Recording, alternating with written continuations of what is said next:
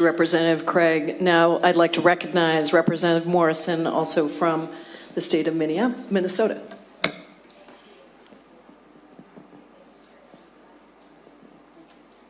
Thank you, Chair Jayapal, and gratitude to my colleagues who have traveled from all over these United States to bear witness to what is happening in Minnesota.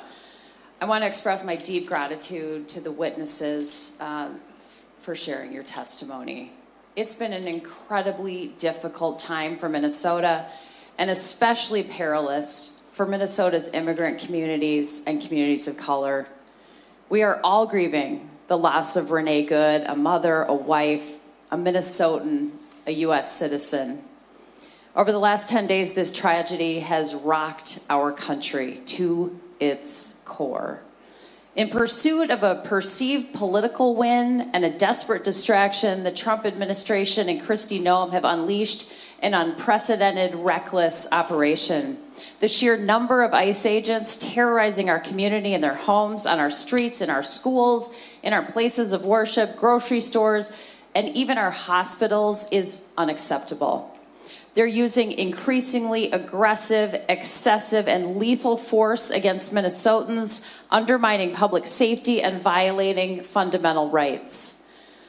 We've repeatedly requested that the administration increase transparency and communicate with state and local officials for the safety of the community. But time and time again, the administration's response has made it abundantly clear that public safety is not their priority. When my colleagues and I visited the Whipple Detention Center to exercise our legal right and constitutional duty of congressional oversight, we were unlawfully denied access. In the wake of Renee Good's killing, state officials at the Bureau of Criminal Apprehension expected the same collaboration with federal officials that they experienced following similar tragedies like the mass shooting at Annunciation Catholic School and the assassination of Speaker Melissa Hortman and her husband Mark Hortman.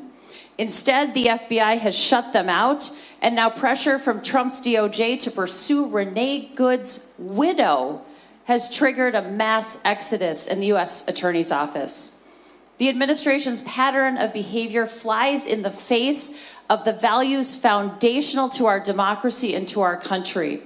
Federal agents swore an oath to our Constitution and should be above reproach, and the checks and balances of our co-equal branches of government are indispensable to upholding the freedoms guaranteed by our Constitution. As a physician, I have a sacred duty to care for my patients and uphold my oath to do no harm. So it was especially outrageous and painful to see that in the aftermath of the shooting, Kristi Noem's ICE agents denied Renee Good access to available medical care. It's abhorrent to hear the many stories that have emerged, like the story of the Minnesota family that had to have 3 of their 6 children hospitalized after ICE agents threw flashbangs and tear gas. Their 6-month-old infant stopped breathing and lost consciousness. The stories that are emerging on a daily basis are indefensible, and the cruelty of the Trump administration's response to this ongoing tragedy is truly shocking. Where is our humanity? This is not what the United States of America should stand for. I'm here in the Minnesota State Capitol to send a clear message to those endangering our community. Enough is enough. This is beyond politics. This is beyond partisanship. I think of Speaker Melissa Hortman every day, especially during these challenging times. And she would say that this is a moment when we have to take off our red jerseys and take off our blue jerseys and put on our Minnesota jerseys. We have to come together to protect our state and its people. So I extend an urgent plea to Minnesota's congressional Republicans to finally side with the people of Minnesota, stand up to this president, protect our communities, and restore peace. We have a congressional responsibility and a moral obligation to see that justice is served and our community is protected. I see that my time has elapsed.